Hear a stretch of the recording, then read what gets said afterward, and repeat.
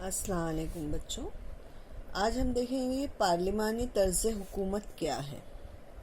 سب سے پہلے تو یہ سمجھ لیجئے کہ نظام حکومت کی شاخیں کیا ہیں، کس طرح سے، اور یہ لوگ کام کیا کرتے ہیں، ان کا اہم کام کیا ہوتا ہے۔ تو سب سے پہلے ہم دیکھیں گے کہ مجلس قانون ساز نمبر 1 یعنی مقننہ، قوانین کی تشکیل کرنا، یعنی مجلس قانون ساز کا مطلب ہی ہوتا ہے بنانے والے۔ تو مجلس جو ہے وہ قانون ساز جو ہے وہ قوانین کی تشکیل کرتی ہے۔ اس کے ساتھ اس کا سیکنڈ پارٹ آتا ہے مجلس عاملہ، جو قوانین کو نافذ کرتی ہے۔ مینس تمہارے اسکول میں جیسے قوانین بنانے والے پرنسپل ہیں اور اس کو اپلائی کرنے والے ٹیچرز ہیں، اور اس کے بعد تیسرا جو ہے وہ ہوتا ہے عدلیہ، انصاف کرنے والا۔ اگر آپ کے ساتھ کوئی غلط کچھ چیز ہو رہی ہے تو اس کو صحیح کرنے والے کے لیے عدالت کے پاس ہم جا سکتے ہیں اور عدلیہ سے مدد مانگ سکتے ہیں۔ اب ہمارے یہاں پر جو حکومت ہے اس کی دو قسمیں ہیں، ایک پارلیمانی طرز حکومت اور دوسری ہے صدارتی طرز حکومت۔ سب سے پہلے ہم پارلیمانی طرز حکومت کے بارے میں سمجھتے ہیں۔ پارلیمانی طرز حکومت جو تھی اس میں یہ جو ہے برطانیہ سے آئی ہے، اور برطانیہ میں غیر تحریری دستور ہونے کی وجہ سے آج بھی نظام حکومت روایتی طرز پر قائم ہے۔ برطانیہ کی پارلیمنٹ بھی ایک ایسا ادارہ ہے جو کافی پرانا ہے۔ بھارت نے برطانیہ کی پارلیمانی طرز حکومت کو اپنایا بھی، تو دونوں میں بعض باتوں میں کچھ فرق ہے۔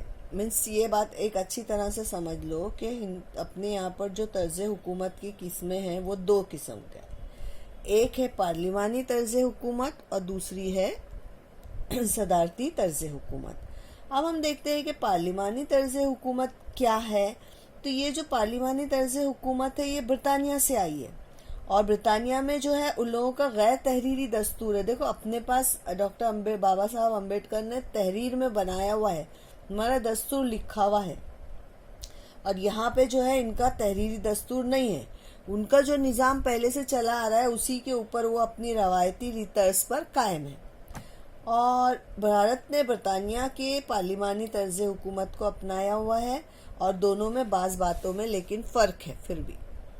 اب دیکھتے ہیں کہ بھارتی پارلیمانی طرز حکومت کی خصوصیات کیا ہے۔ اب ہم بھارت کی پارلیمانی طرز حکومت دیکھیں گے تو سب سے پہلے صدر جمہوریہ، ایوان زیری، ایوان بالا، یعنی ان تینوں سے مل کر مجلس قانون ساز کی تشکیل ہوتی ہے۔ اب یہ تین کیسے ہے سمجھ لو۔ صدر جمہوریہ مین راشٹرپتی، ایوان زیری یعنی لوک سبھا، اور ایوان بالا یعنی راجیہ سبھا۔ آئی بات سمجھ میں؟ اب لوک سبھا کے جو اراکین ہوتے ہیں ان کا انتخاب عوام جو ہے براہ راست کرتے ہیں۔ آپ نے دیکھے ہوں گے ووٹنگ کے ٹائم پہ لوگ نکلتے ہیں اپنا وہ کوئی بھی ایک پارٹی ہوتی ہے، وہ بولتی ہے ہماری طرف سے یہ ہمارا جو ہے نمائندہ کھڑا ہے، آپ اسی کو ووٹ دیجیے گا، ایسے ایسے کر کے سب ہوتا ہے نا۔ تو اس طرح سے یہ جو ہے لوک سبھا کے اراکین کا انتخاب ہم لوگ خود کرتے ہیں، اور جب لوک سبھا میں سے سب چن لیے جاتے ہیں تو اس میں جو اکثریت حاصل کرتی ہے، جو مطلب جتنے زیادہ لوگ ہوتے ہیں وہ لوگ مل کر جو ہے جماعت بناتے ہیں اور وہ لوگ حکومت بناتے ہیں۔ لوک سبھا میں کسی پارٹی کو اکثریت اگر حاصل نہیں ہو تو وہ دوسری سیاسی جماعتوں سے اتحاد کر کے اکثریت ثابت کرتی ہے اور متحدہ اور مخلوط حکومت بناتی ہے۔ جیسے کہ ابھی مہاراشٹر میں ہے ملی جلی سرکار۔ جس جماعت کو اکثریت حاصل ہوتی ہے اس جماعت کے رہنما کو وزیر اعظم کے عہدے پر فائز کیا جاتا ہے، یعنی جس کے لوگ زیادہ ہوں گے اس کے حساب سے اس کی ذمہ داری جو ہے، اس کو اگر وزیر اعظم کا عہدے پر کسی کو بٹھانا ہے تو وہ اپنی پارٹی میں سے ہی بٹھاتا ہے۔ جیسے کہ اپنے یہ نریندر مودی ہے، ان کی اکثریت بی جے پی نے حاصل کی تھی، اس لیے ان کو وزیر اعظم بنایا گیا۔ اور اسی کے ساتھ وہ اپنے چند ساتھیوں پر مشتمل ایک وزراء کی کونسل بھی بناتا ہے، اس کی بھی تشکیل کرتا ہے۔ قوانین کو نافذ کرنا، مجلس قانون ساز کے رکن کے طور پر متعلقہ ذمہ داریاں نبھانا جیسی دوہری ذمہ داریاں وزراء کونسل انجام دیتی ہے۔ وزیر اعظم اور کابینہ اپنے کاموں کے لیے مجلس قانون ساز یعنی پارلیمنٹ کو جواب دہ ہوتے ہیں۔ مجلس قانون ساز کو اعتماد میں لے کر ہی کابینہ کے اپنے فرائض انجام دینے ہوتے ہیں۔ کسی ایک ادارے کا فیصلہ حکومت کا فیصلہ تسلیم کیا جاتا ہے اور اجتماعی ذمہ داری اور جواب دہی کے اصول پر کابینہ اپنے فرائض انجام دیتی ہے۔ یہاں ایک بات سمجھ لو کہ مجلس قانون ساز اس کو اپنے اعتبار میں اور اعتماد میں لینے کے بعد ہی جو ہے اجتماعی ذمہ داری اور جواب دہی کے اصول پر کابینہ اپنے فرائض انجام دیتی ہے، یعنی ایک ادارے کا فیصلہ حکومت کا فیصلہ تسلیم کیا جاتا ہے۔ ٹھیک ہے، اس کے بعد دیکھتے ہیں تحریک عدم اعتماد کیا ہوتا ہے۔